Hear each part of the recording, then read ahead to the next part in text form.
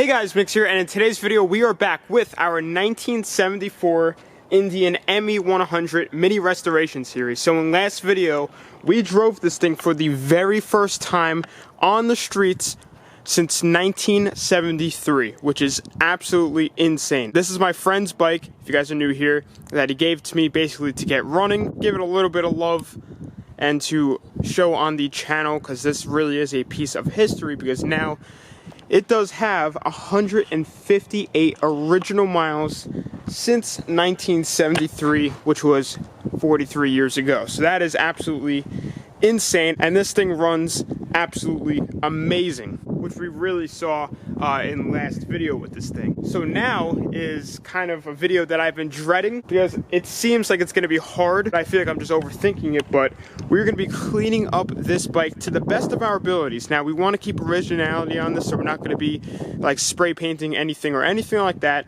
We're simply just going to be trying to remove some of the surface rust in some areas, or at least just make it look a little bit better. You know, obviously I don't think we're going to be able to remove all of the rust on the rims because those are really bad, but you know, I'm sure we could clean up the paint because it still has that dust on it from sitting, and there's just like little areas that have like just a bunch of dirt buildup and everything like that. So we're not going to get too insane. I say that now, but no, we're really not going to get too crazy with this because I could spend literally probably weeks on this trying to clean it as good as I can. We're just gonna make it look, you know, presentable and do our best to clean what we can by hand, and that's what I have laid out on the seat. Everything we use is gonna be fine. You know, fine sandpaper, fine steel wool, fine brushes. We don't want to scratch up the paint on this or do any sort of damage. So, you know, we have, this is 2500 grit sandpaper.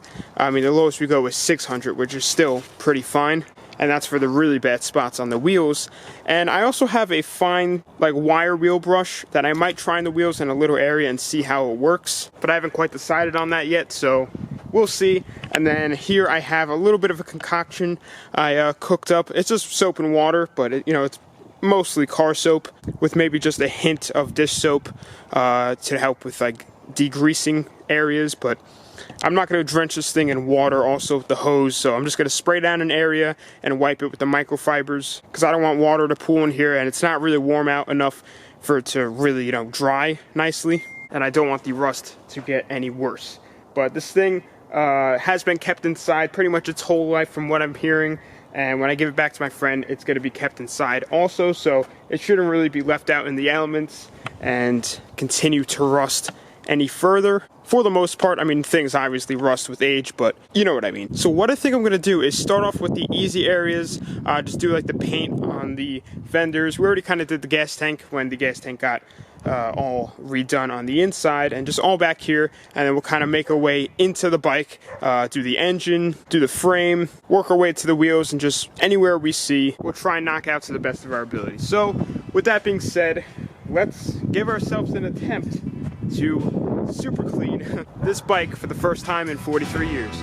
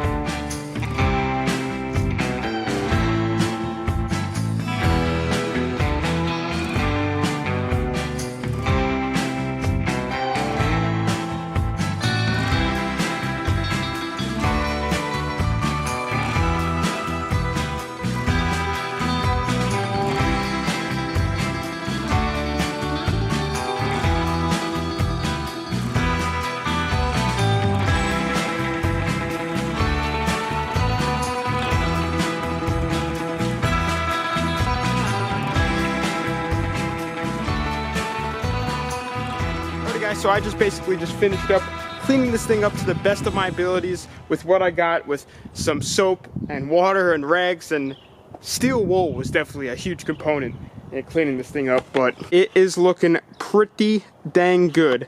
Now you guys might notice that I didn't go ahead and, well, I tried, but the wheels, at least in the really bad spots, like over there, are still very rusty.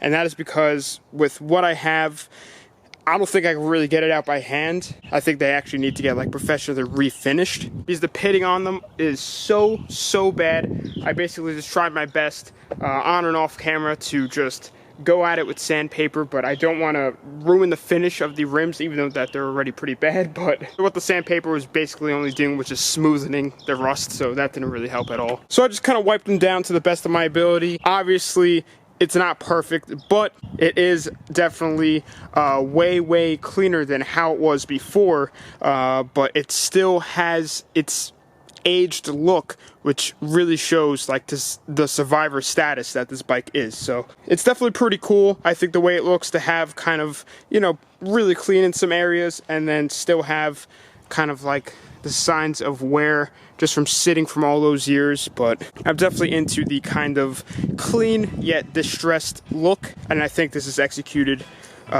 perfectly.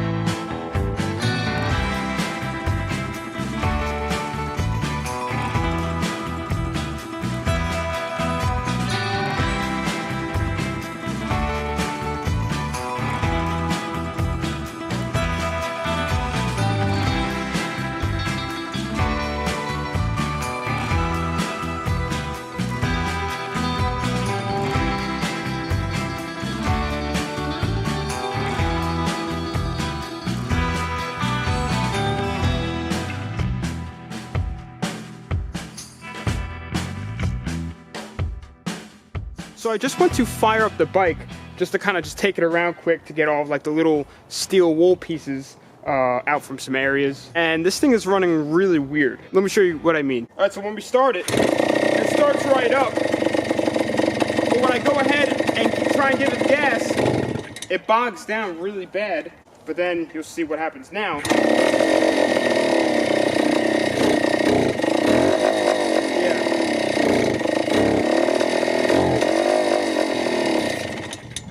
Cause any damage. When I give it gas, it bogs down really bad, but when I let off, it revs up really high. So something's definitely up. So I was just looking at the carburetor real quick, and I thought maybe a stuck float, so I was hitting it with the hammer, but you might be able to notice, she's a little bit loose.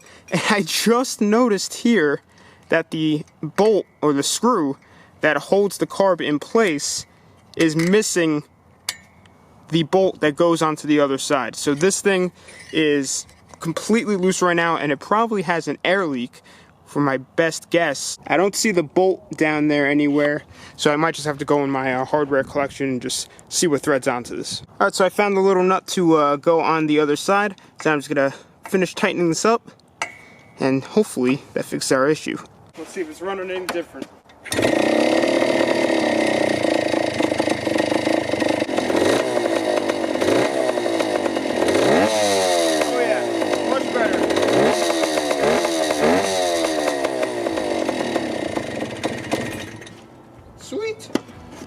Alright guys, so the sun is beginning to go down, but there is a couple more things that I want to do to this thing in this video before we go ahead and return it. So with that being said, I'll catch you guys back tomorrow when we go ahead and fix some electrical issues on this thing. So that should be fun. So I'll see you guys then.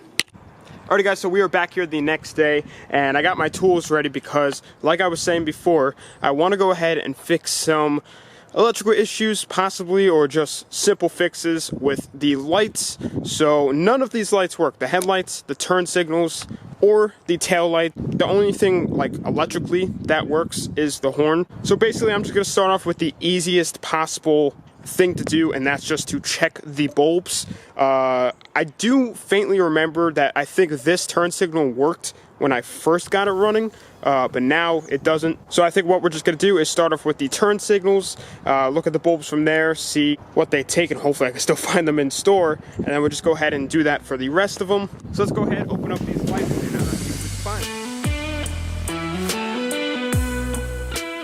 Alrighty guys, so right off the bat, both of the turn signals look to have broken bulbs. This one's going to be a little bit hard to see, so I don't know how well you're going to see it, but right at the end, it is broken off. And then this side is much more visibly broken. You can see right at the end, it is not touching the prong. So I'm going to see how I could go ahead and pull these out and try and find replacements. Right, so I just got the bulb out.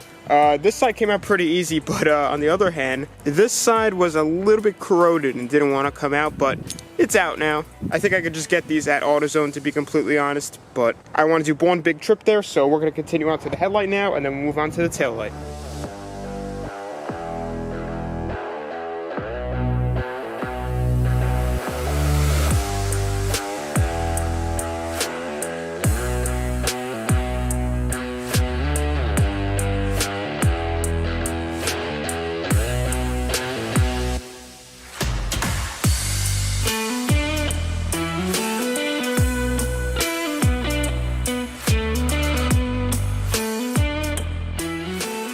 Tail light bulb was bad. Same exact thing with the turn signal ones. It snapped right off inside. But on the headlight, this bulb does not come out of this, which is kind of like crazy. I looked up everything I can with how this works, but I guess this is just a whole entire unit, because this does not twist out, this does not pull out. I'm putting full force on this thing and it does not come out. So I was looking online to see if I can like just buy this, but I'm only finding like entire replacements, which I don't want to do, because that's $75 for everything. You have to take all of this junk out of there and then put it back into the new one. But I mean, if that's what I have to do, that's what I have to do, because this thing isn't going to pass an inspection without a headlight working. So I even went ahead and checked the bulb for, I believe this is the neutral light, if I'm not mistaken. Actually, I would think that would be the neutral light. I'm actually not sure what this is. We'll figure it out. But I even pulled out the bulb for that, this tiny little thing, and you guys are definitely not going to be able to see this, but it is also broken inside. This is what it was sitting in. So I have to find a bulb for that as well. Alright guys, so we're actually back here like 2 days later from the last clip, and as you can see, we got a package in the mail, and that is a whole new headlight assembly, completely original. This is in really, really good shape, but completely original, the same exact one that was on the bike originally, and this one has a good bulb in it. I think it's pretty crazy that you have to replace this whole entire thing. I'm sure back in the day that they would just have like that whole back piece where, you know, the plugs would just go in, but I could not find it anywhere, so I just went ahead and did this. But what we have to do is unplug all of these wires in here, send them through the hole that's out the back, and then rewire them up. I'm going to see what I can keep plugged in, and then I might have to just label some. We have to transfer all of these wires out of this and into the new one. So with that being said, let's go ahead and do that, and then once we do that, get everything back together, I could go ahead and throw in the new bulbs for the turn signals and the tail light, and then we'll fire this thing up and hopefully it has all the lights.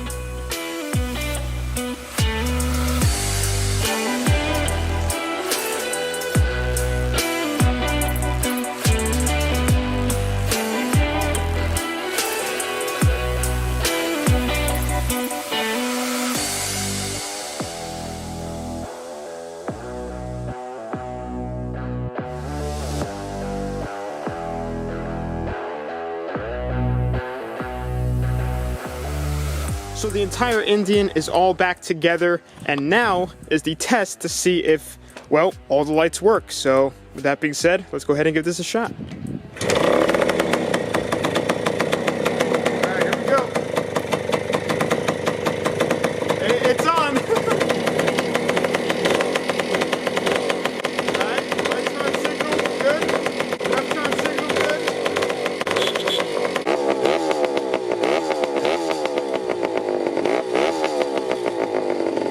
Alright, so the reason I keep revving it up is because, well, the battery on this is completely dead and it's only running of what the engine is giving out, so that's why it's super dim. But when I rev it up, you can see it starts working. And I just turned that on, so now I would turn on the right one.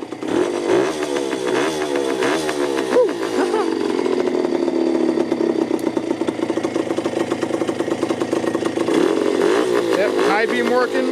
There we go. Sweet. So, all of our lights work, which is awesome. Obviously, once a battery gets put in this thing, it's gonna be much brighter, but just that they work and everything and actually will function, it'll probably be way brighter. But I'm definitely super stoked that it wasn't anything too crazy, obviously, and that all of the lights are functioning. So guys, now that everything is all working on this thing, mechanically, this thing is pretty much perfect. Now, obviously, like I was saying before, we tried our best with cleaning it, and most of the parts came out really, really nice.